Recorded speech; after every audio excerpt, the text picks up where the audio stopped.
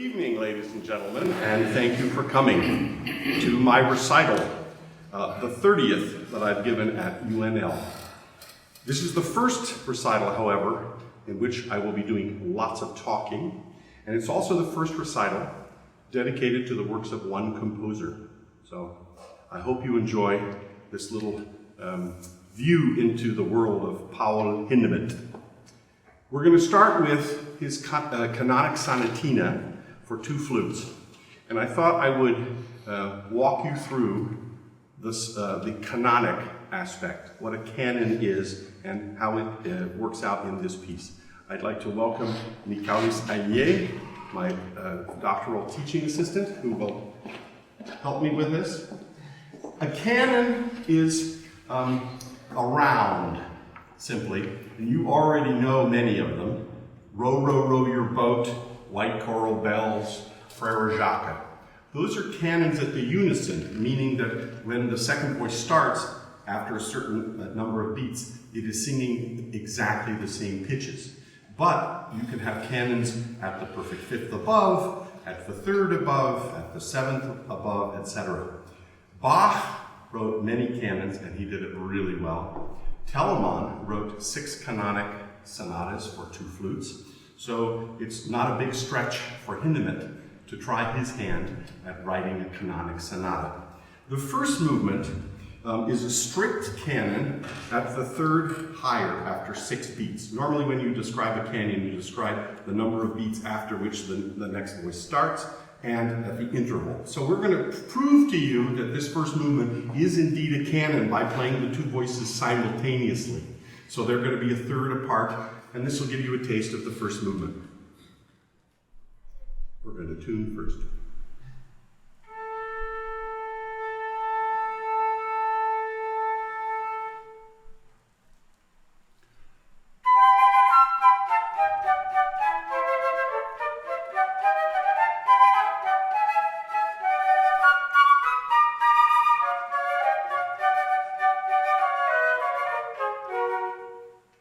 Okay, second movement. Second movement is a canon after 14 beats, which is a fairly long amount of time, and down a whole step, which is consistent for the whole piece until the last 2 bars. So it's a major second below, and we're going to prove that to you by playing the parts simultaneously. Here goes.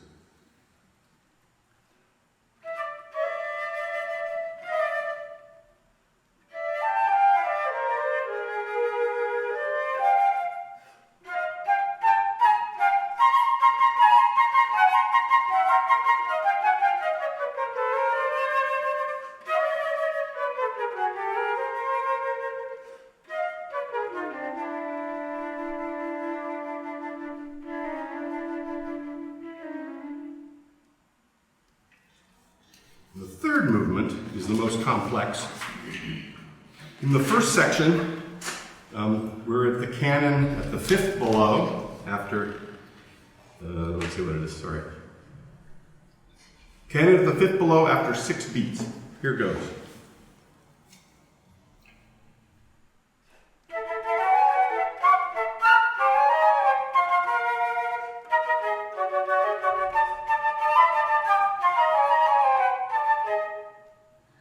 That A section then comes back at the end, and it's at the major 7th, the most dissonant interval you can imagine, but tightened up, so it's only after a beat and a half.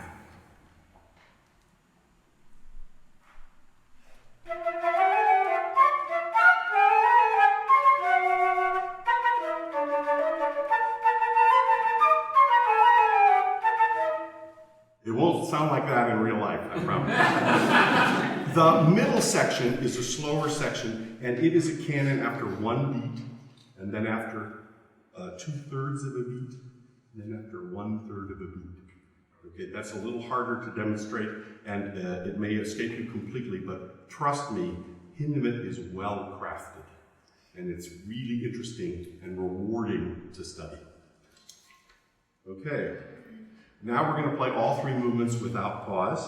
The first movement, and I'm going to translate the German for you because this makes people uncomfortable. I think audiences have gotten used to the Italian they don't know. but they're not used to the German, they don't know.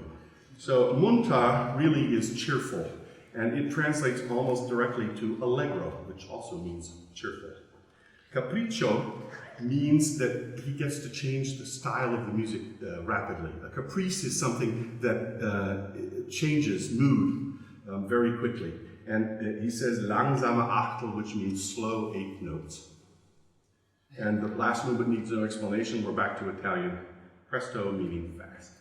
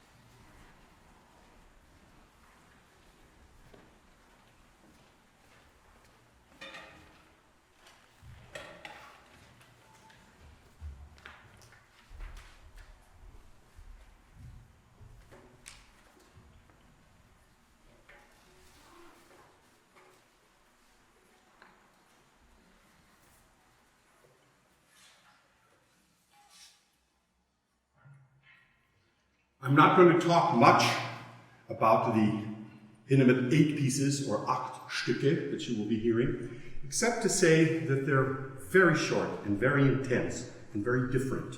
So I'd like you to think of them as if a sonata is a novel, that these are short stories of 1 page each. You've probably read them, and they're incredibly intense and characterful. The other way to think of this might be 8 different short poems.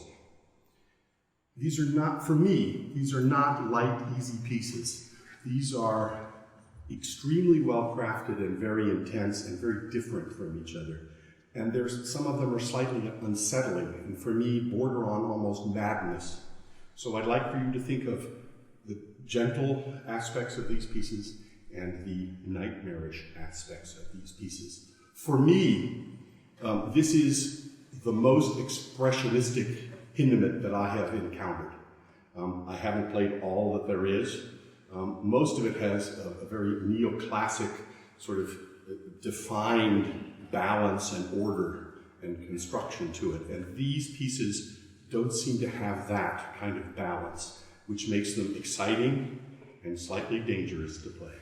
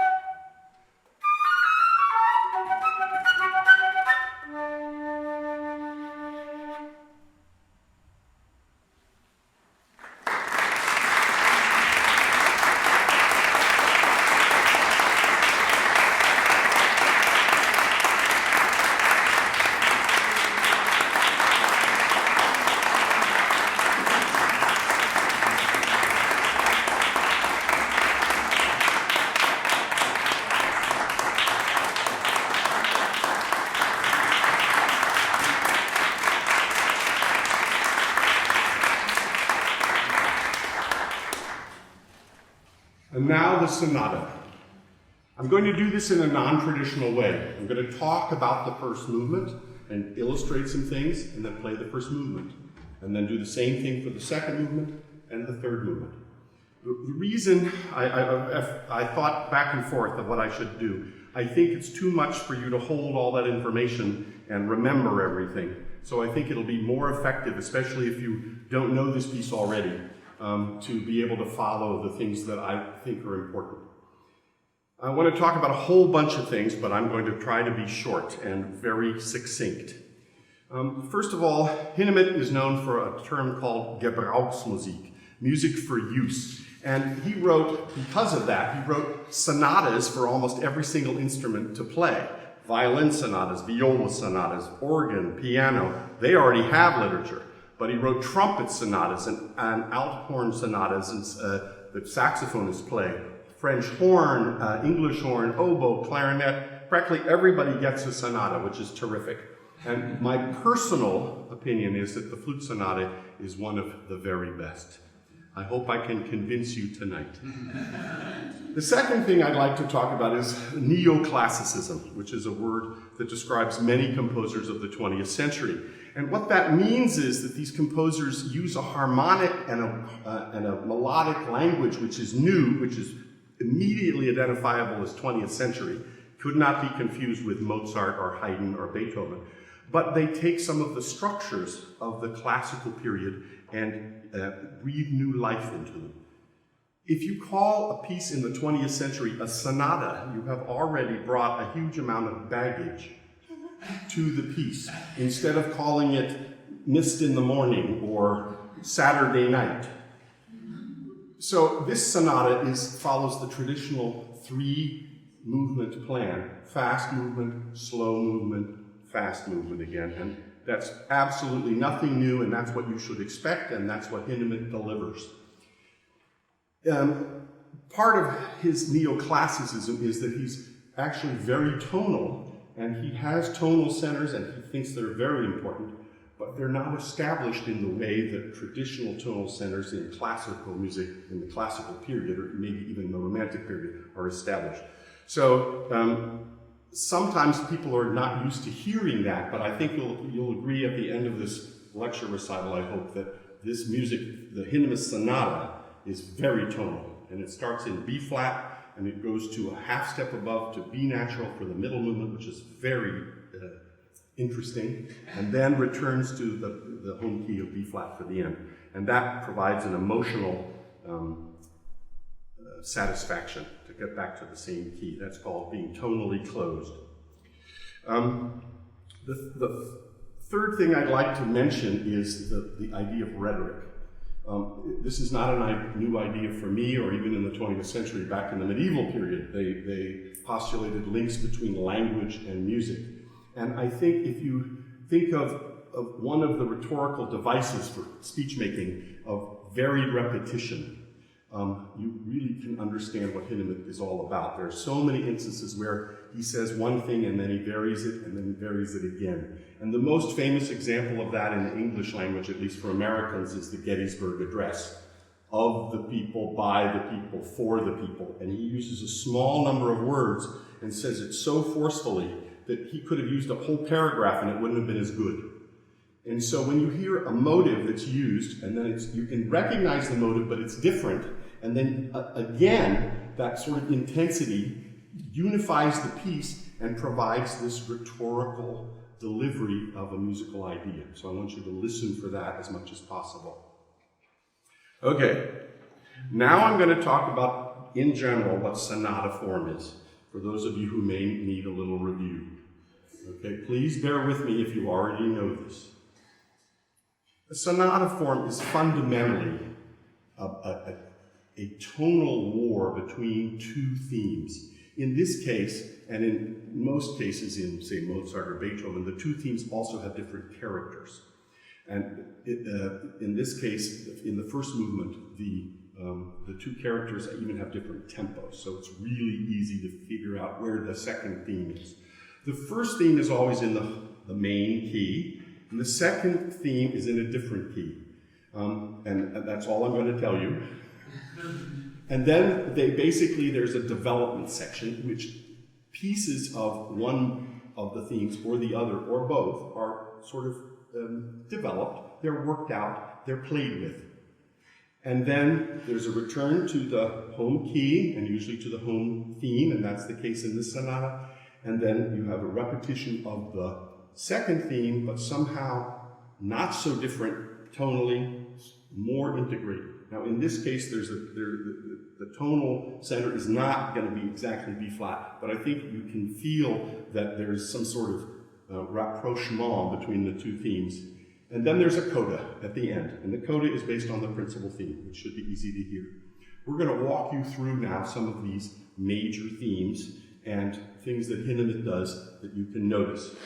We have a score for those of you who read music, but even if you don't read music, I think you should be able to follow the musical idea if I've done my job. Okay, let's just start. The first 4 bars of this movement, this sonata form, and by the way, this sonata form is so important that it gave the name of the piece, sonata. Really, the first movement is where all the most of the working out of this formal procedure is usually done. The first movement of a symphony, the first movement of a piano concerto, the first movement of a sonata. The first 4 bars is the principal theme, and it does not include the flute. Most flute players make a mistake of thinking that this is a 4-bar introduction before the flute gets to play. Wrong. This contains melodic material that the flute actually doesn't get until much, much later, and most flutists don't know where this material comes from. So let that be a lesson to us all. Please study the score. Okay, and now my pianist will play the first 4 bars. Listen carefully.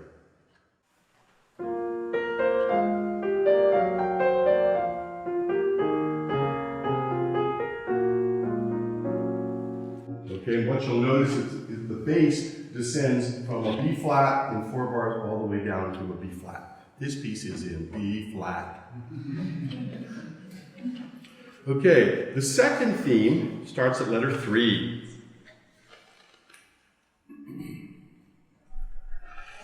Okay, where it says a little slower. So that's our clue that this is a different theme. I'm going to tune to the piano first.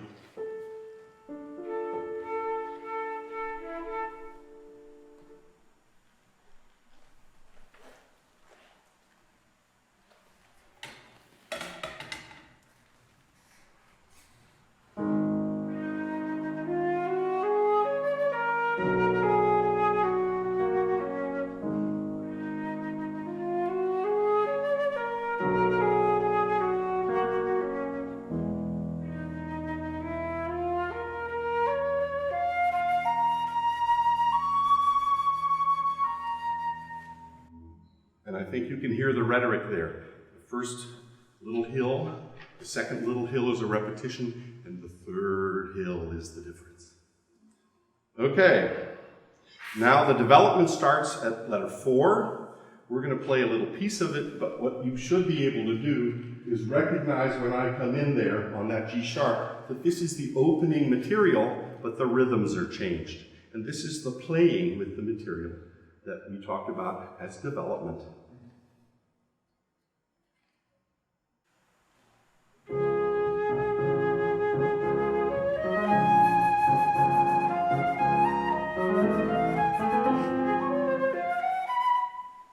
Okay? Then, the recapitulation is at letter 6, and we're back in B flat major. It's a repetition of the exact melody from the beginning. There's 6. And I happen to write recap there.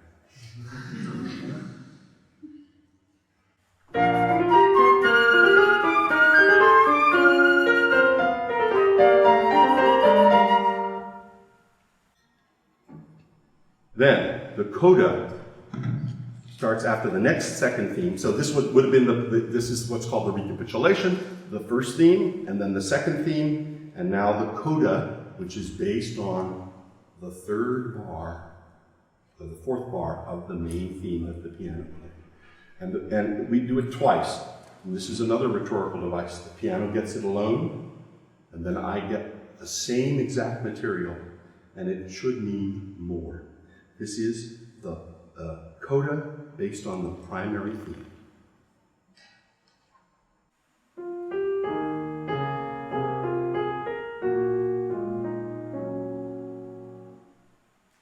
That's the opening of the sonata, and now letter 9.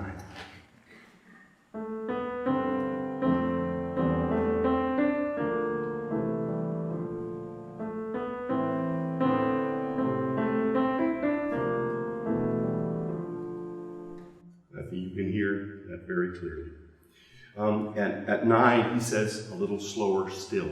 So this makes it even more serious at the end. Now, I'm going to talk about one other little thing that Hindemith does, and this is what I call this Lydian tag. It's in Lydian mode for those of you who know what it is. Otherwise, don't worry about that word. Go to college. This is a motive that the flute has fairly early on when it starts right before the transition to the second theme starts.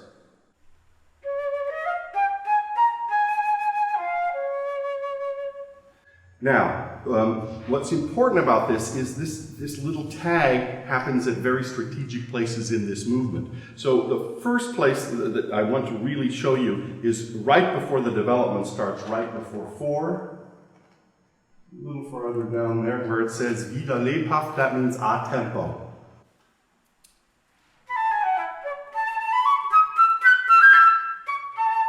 It's a little peppy version of the same thing.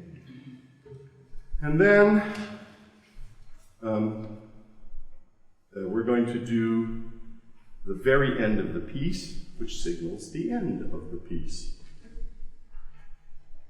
All the way down. There we go.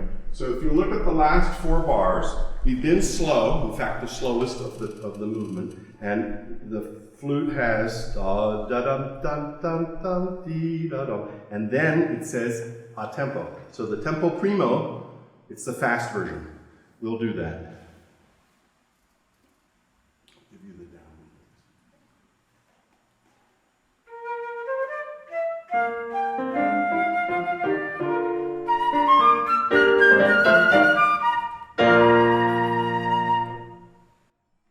Any questions?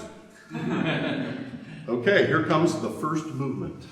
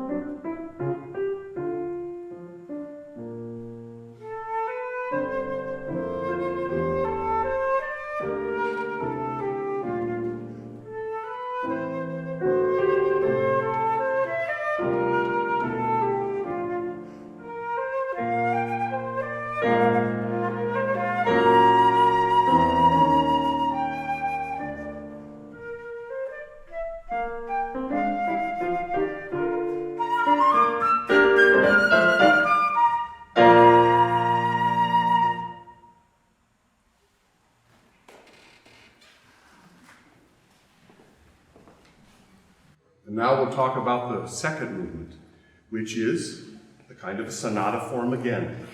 And it's a half step up. This is, I think, a cantilena, which is an instrumental piece with a vocal model. And I really think there's some wonderful singable vocal lines in this movement.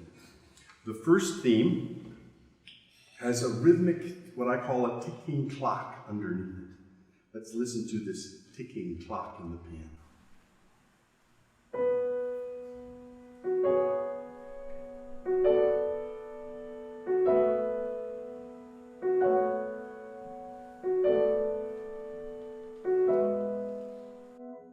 Okay, and the melody above that has basically two parts. The first bar has a long note and then a descending scale or passage. And then what I think is the heart of this movement, this dotted figure. I'm going to play both of the two little parts. Remember these.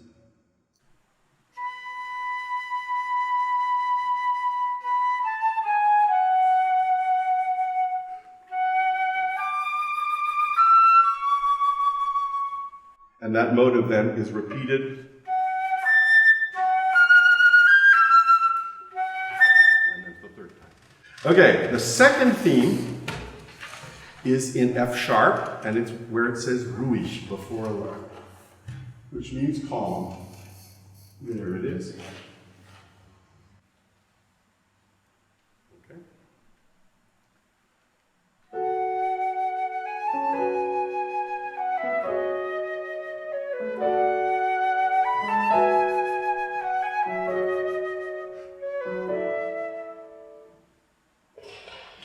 There's a development after the double bar. Hindemith is very gracious in providing a double bar to tell us where the next section starts.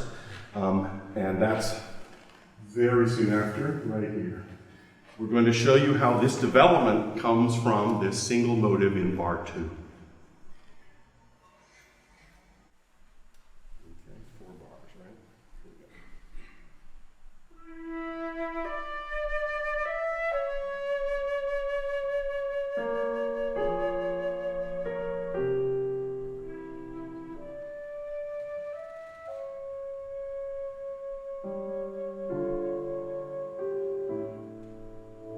You hear the drama that's created by just the echo, the call and response between the flute and the piano.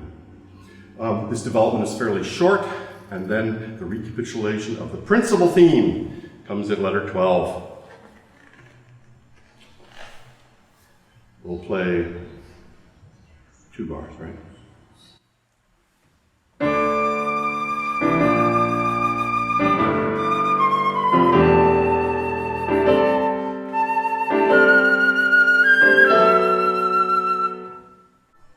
And then at 13, I don't think you need to hear it. That's the recapitulation of the second theme, but in B now, in the home key, with a lovely ending. We will now play the second movement.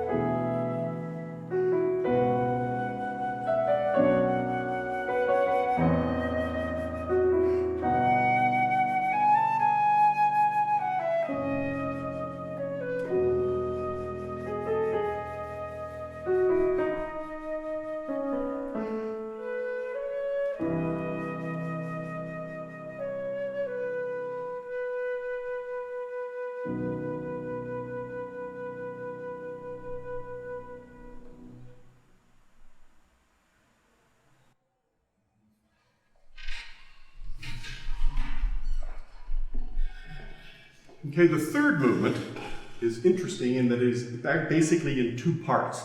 We have a scherzo third movement, which would be the third movement of the symphony, followed by a march finale. This is not four movements. These two parts, the scherzo and the march, are clearly indicated by Hindemith as one movement. This scherzo is a modified rondo form.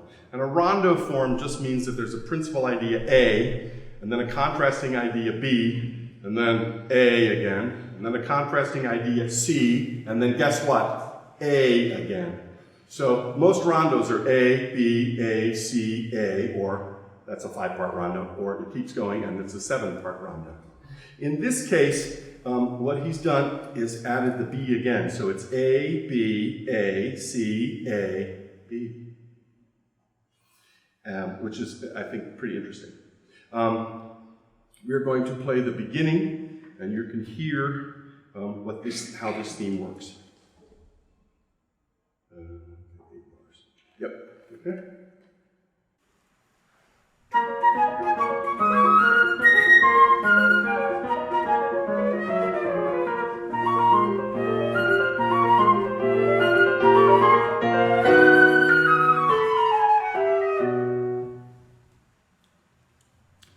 Theme B is stated 3 times.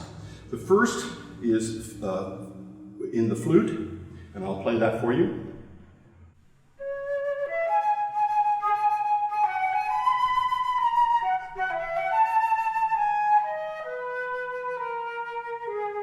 The second statement is in the piano, that's at 16.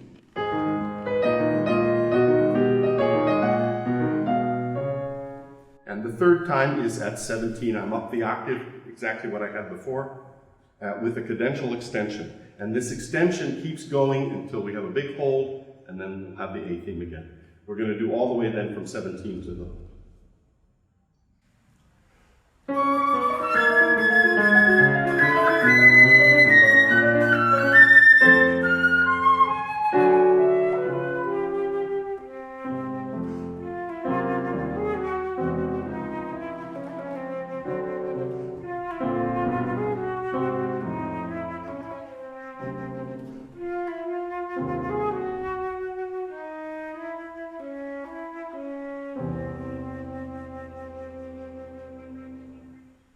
And that in evidence there is the rhetoric, the repetition of that idea 3 times, and the last time is the source.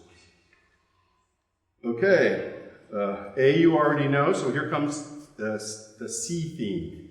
The C theme is the one that he plays with the most, and it's very ingenious how he makes this work. The first time is in the flute, the second time is in the piano, then there's a canon between the piano and flute, and then the flute gets it one more time. So here's the first theme. This is 20 to 21 with the theme in the flute.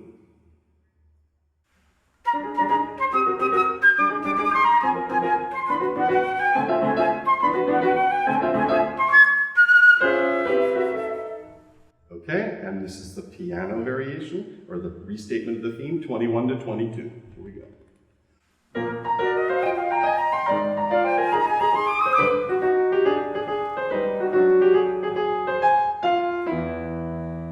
And then here comes the canon, 22 to 23.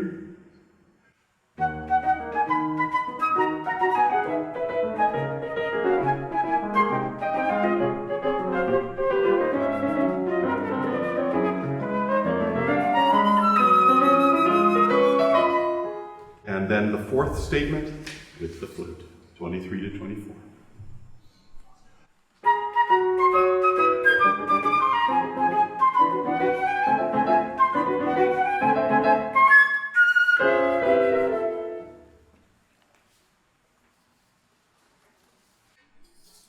Okay, then the return of the A theme, but this time it's slightly masked. Some of the notes are left off, and so it's only kind of a skeleton of the original theme. We're going to play 25 and show you how this works. Okay?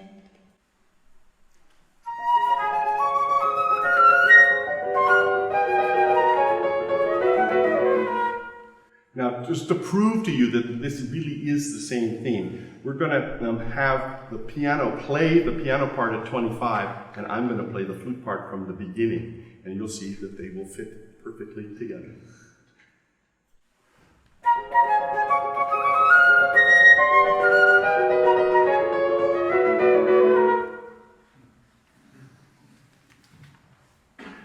Okay, then comes, after another cadential extension, which is identical to the one we had before, we have the march.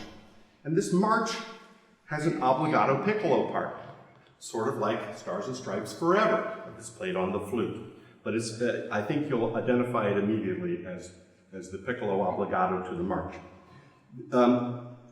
What's interesting about this, and it took me quite a while to see a very obvious thing. The form of this march is a rounded binary.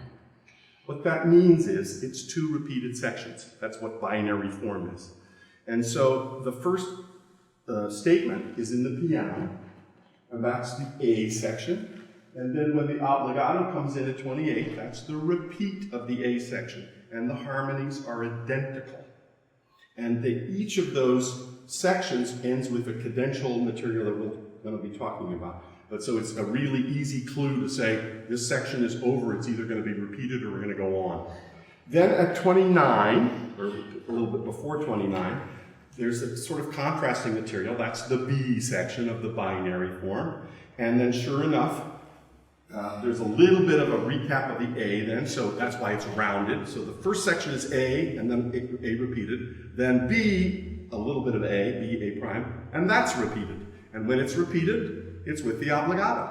So it's a pristine illustration of this Baroque dance form transformed into a march in the 20th century by Hindemith. Okay, now we're going to take... actually, we should probably need to play some of this, don't we? Okay, let's play the opening. You'll get the A section here. And then I'm going to play my obbligato too, so we're going to end it where I am. So this is the A and the repetition of the A.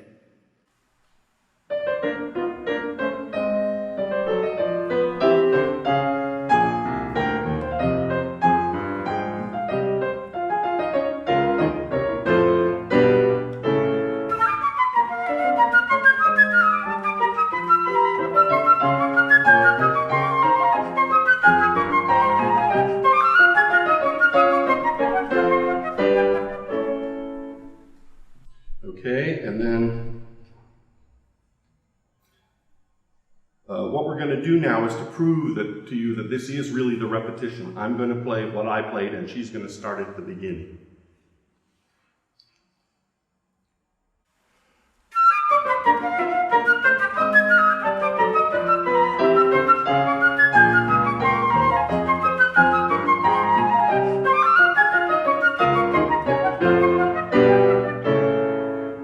Okay, case closed. Okay. Now we're going to talk about this cadence structure. The first big cadence that he uses, and the cadence means just the end of the musical idea. It's in the piano, right before the flute comes in.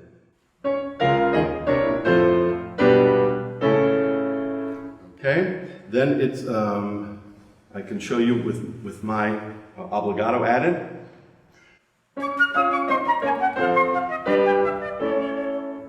And then we're going to do the end of the second section with piano alone, right before 30.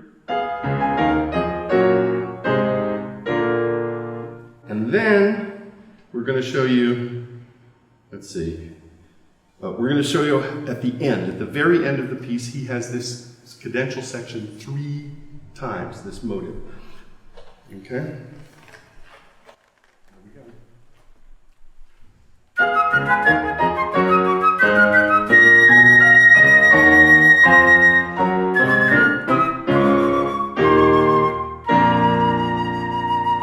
And that's how you know the piece is over.